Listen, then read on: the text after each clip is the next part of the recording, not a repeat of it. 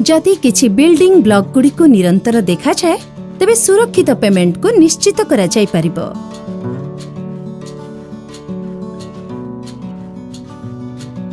कोनसी वैध रसीद ग्रहण न करी शाखा किंबा प्रतिनिधि को कोनसी पेमेंट करंतु नाही किंबा कोनसी राशि प्रदान करंतु नाही।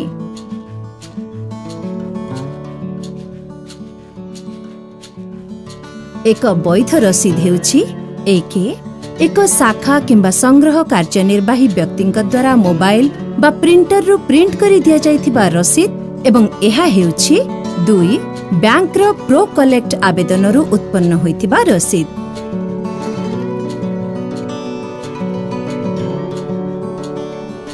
कोनसी प्रकारर मैनुअल किंबा हस्तलिखित रसीद ग्रहण करंतु नाही।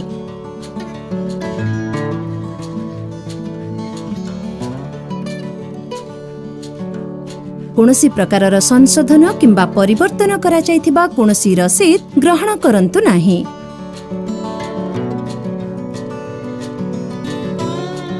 ऑफिस कॉपी किंबा नकल सूचाइथिबा रसीद गुडी को ग्रहण करंतु नाही कारण से गुडी का अवैध अटे।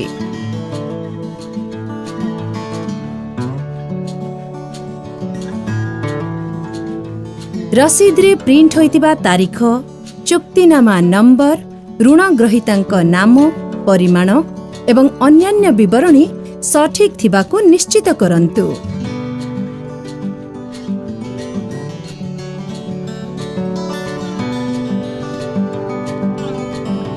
एका समय रे पठा जायथिबा मोट राशि पाई आपण केवल गोटिए रसीद पाइबा को निश्चित करंतु।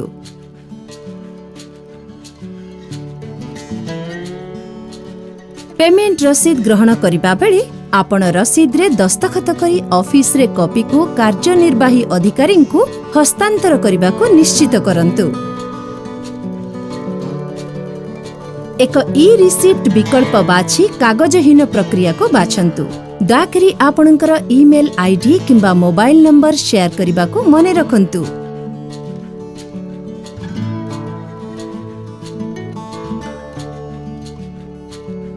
आपण जो कार्यनिर्वाही अधिकारी सहित जोगाजोग करुछंती से बैंक द्वारा जारी होइतिबा तांकर कर्मचारी परिचय पत्र को सत्यापित करी से बैंक रो जने सच्चोट कर्मचारी होइतिबा को निश्चित करंतु।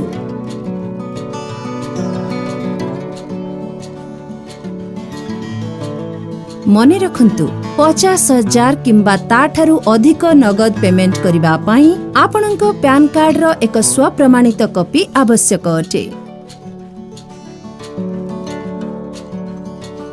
मने रखंतु कर्मचारी डीलर किंबा बैंक प्रतिनिधि बोली दाबी करुथबा व्यक्तिंकर कोनोसी व्यक्तिगत अकाउंट को कोनोसी टंका स्थानांतर करंतु नाही।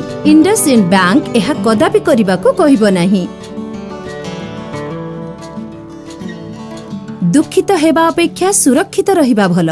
संदेह हेले तुरंत ट्रांजैक्शन को बंद करंतु। कोनोसी समस्या पाई किंबा जदि निश्चितकरण संदेश ठीक न थाए किंबा अन्य कोनोसी संदेह किंबा प्रश्न पाई आपणकर निकटतम इंडसइंड बैंक विजिट करंतु।